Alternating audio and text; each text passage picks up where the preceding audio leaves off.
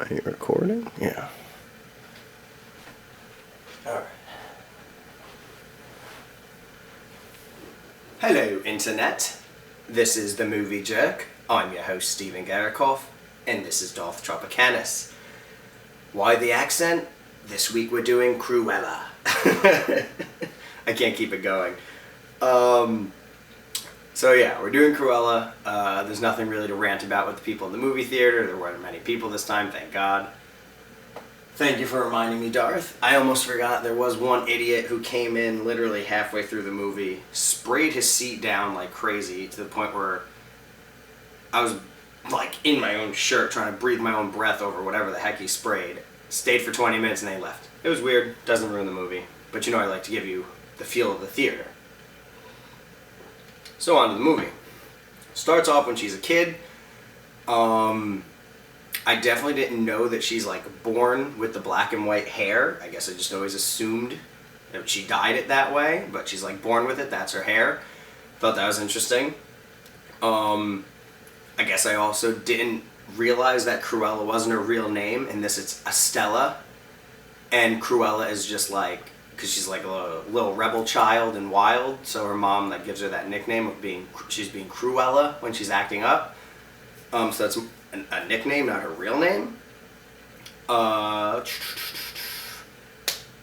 And also while she's a kid, so obviously they show her at school because she's being like wild at school.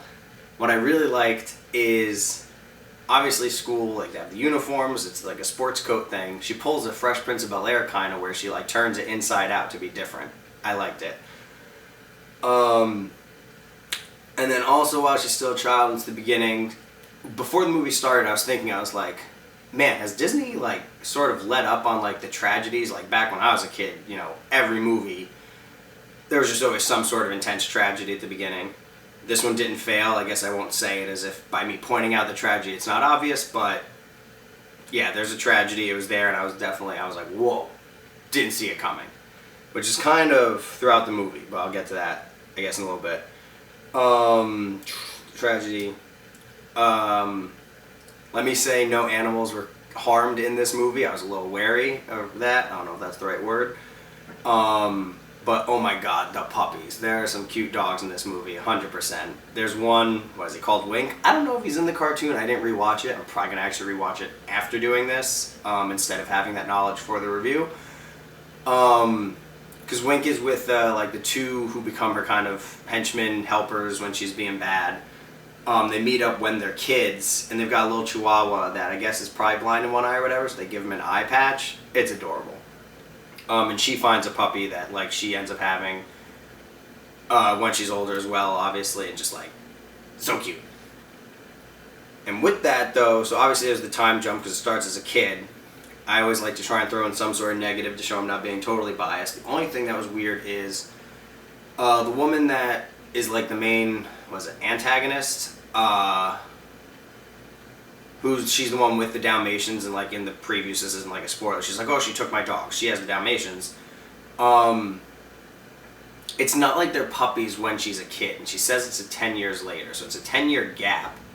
And if I remember correctly, Dalmatians also apparently are one of the dogs that don't even live that long, so I just thought it was weird. Like, they should have been younger. I don't know. It took me out for a second. I was like, how are they the same? Unfortunately, they'd probably be dead in reality. Let's see. There's this one character, Artie, or Art, as in, what does he say? As in work of. I don't know what it was. I loved this character. He was seriously one of the best in the entire movie. He was just so funny. Hands down, you're going to like that character. He was awesome. Clearly, I'm not one to know much about fashion. If you're paying much attention when I come on and exit, I'm wearing sweatpants right now. But the fashion in this movie is so badass. I just really liked it. Some of the outfits that she's rocking, I was just like, damn, that's like, it was just like really cool, really interesting. I mean, I guess that's the whole point. It'd have to be since she's a fashion designer, but like the wardrobe team for this movie did an excellent job.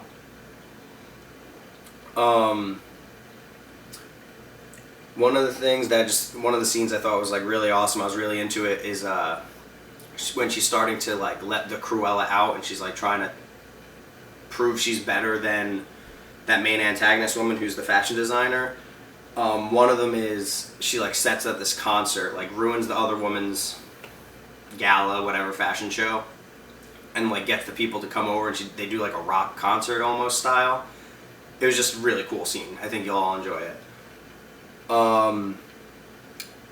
There was a twist that I didn't see coming. I know most of the time I'm like, spoiler alert, and say it. I'm just not going to do that for this one. I'm just going to point out that there were a couple twists and turns at the end where I didn't see it coming. I'm normally more on top of it, so I was actually shocked and pleasantly surprised that I didn't see it coming. I think you'll all enjoy it, the way it all like turns out and comes to be. The one thing I thought was weird is, again, I didn't make sure to rewatch the cartoon before this. You know, we know her, Cruella, as like a dog hater. Like, she wants to kill the dogs. This Emma Stone version is nothing. Has no hatred towards the dogs. Like, even when she kidnaps the dogs, like, there's some joking that she'd kill them, but she's literally joking. She doesn't, I don't know, she doesn't hate the dogs at all. Not even at the end. It's not like all of a sudden at the end she's just like, I'm gonna get them, and it's like, oh, there's the Cruella we know. She, to the very end, loves the animals. It definitely links to the cartoon at the end there. Like, they get her like, she becomes fully the Cruella de Vil. She gets the car that, like, we see her driving all the time. Was it called a de Vil? I don't know. Coupe de Vil? And what'd she do? Well, oh my god, I know I said it in the last one. I don't understand people that leave. The credits didn't even roll yet on this one and people were leaving. Thank you for reminding me. Yeah, he whispered it in my ear.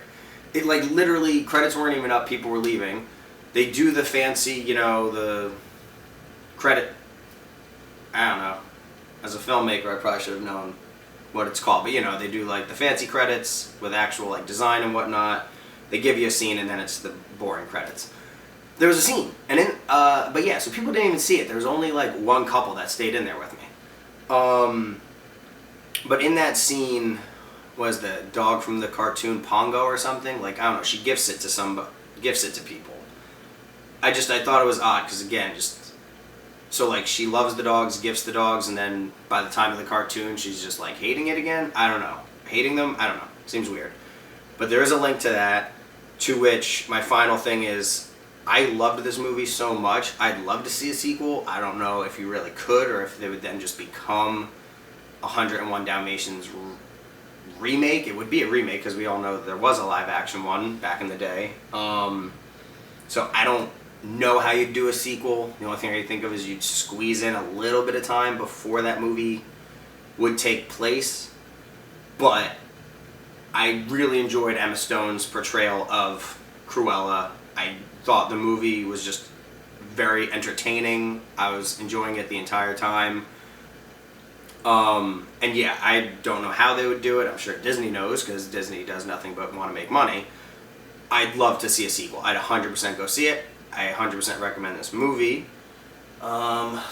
Anything else? I don't think so. I think it's just time for the rating. I was trying to be quicker on this one because my reviews have been pushing 10 minutes, almost. I'm going to give it an 8 out of 10 jerks. I highly recommend it. I loved it. I honestly finished it and considered going to, like, see it again. I think you should see it too. And if you like. If you dislike. Tell me how much this was a horrible review. Tell me how biased I was, maybe. I don't know. I try not to be. Just give me your thoughts, comments, and concerns. And subscribe, maybe. Or don't. You know, maybe show it to somebody and they might subscribe. I think that is it. This is The Movie Jerk. I'm Steven Garikoff. That's Darth Tropicanus. Thank you. Oh, my knee again.